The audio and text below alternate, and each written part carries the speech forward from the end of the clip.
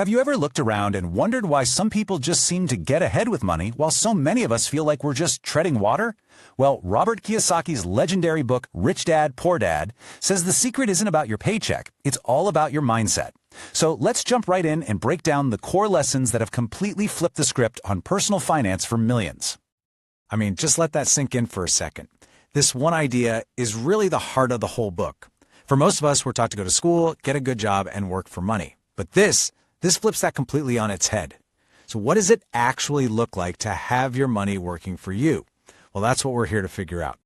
You see, Kiyosaki learned about money from two very different perspectives. His own dad, the poor dad, who was highly educated but always struggled financially, and his friend's dad, the rich dad, who was an entrepreneur. So we're going to look at their competing ideas through 5 key lessons. We'll start with their mindsets, then cover the golden rule of assets versus liabilities, how to get out of the rat race, why you need to mind your own business, and finally, what your real greatest wealth is. Okay, first up, 2 dads, 2 mindsets. This is really about the internal battle for how you think about money. And here it is, the big conflict.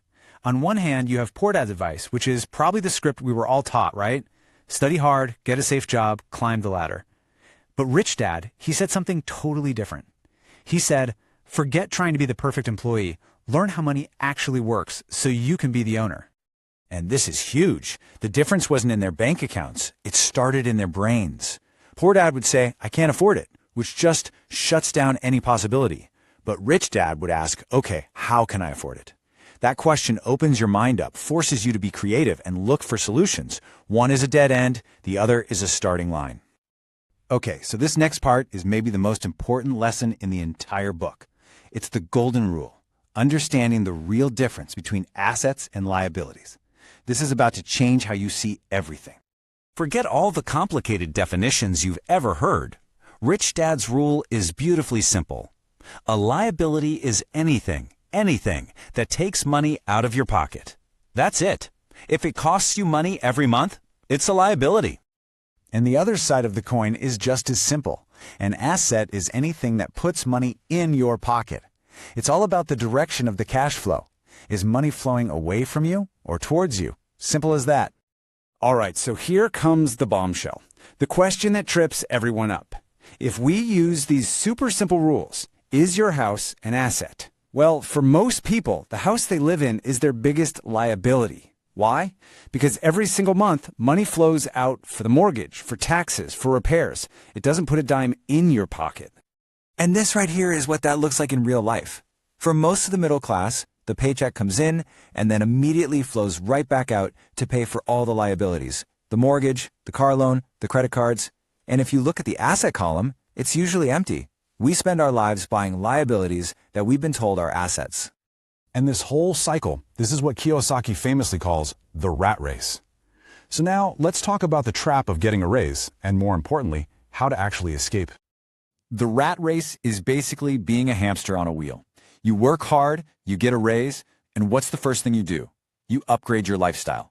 Bigger house, nicer car, but now your bills are higher, so you're trapped.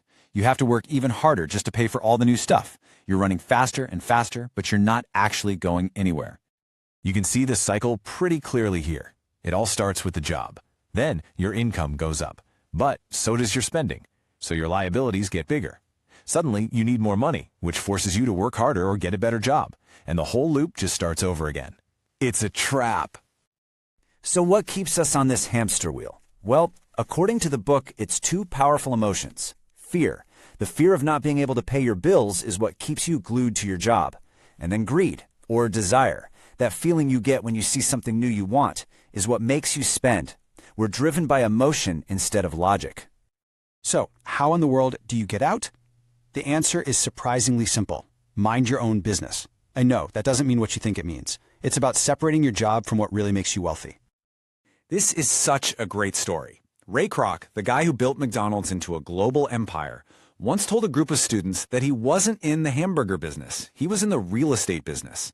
He knew that his job was selling burgers, but his real business, the thing building his massive wealth, was owning the valuable land under every single franchise. And that's the key difference we all need to understand. Your profession is your 9 to 5. It's how you pay the bills. But your business is your asset column. That's what you build for your future. The rich focus on their business, not just their profession. So what does this look like in the real world? It means using your paycheck to buy real assets. Things like businesses you don't have to manage day to day, stocks, bonds, and especially income-producing real estate. The goal is to get your money from your job to start working for you by buying things from this list. All right, we've made it to the final and maybe the most profound lesson from the book, and it's all about understanding your greatest source of wealth. And here's a hint. It has nothing to do with your salary. You know the stories, right? The lottery winners or pro athletes who make millions and are broke a few years later. How's that happen? It's simple. They had the money, but they didn't have the financial intelligence to keep it. It's not about how much you make. It's about how much you keep and how hard it works for you. And that's the bottom line. At the end of the day, your single most powerful asset is your mind. Your ability to understand the difference between an asset and a liability, to see opportunities, to manage risk. That is what makes you wealthy. So, the best investment you can ever make is in your own financial education. So, I'll leave you with this final thought from the book. Building wealth isn't some far-off dream. It's about the choices you make every single day. Every dollar that comes into your hands gives you a choice. You can choose to be poor, middle class, or rich. So the question is, with your very next dollar, what future will you choose?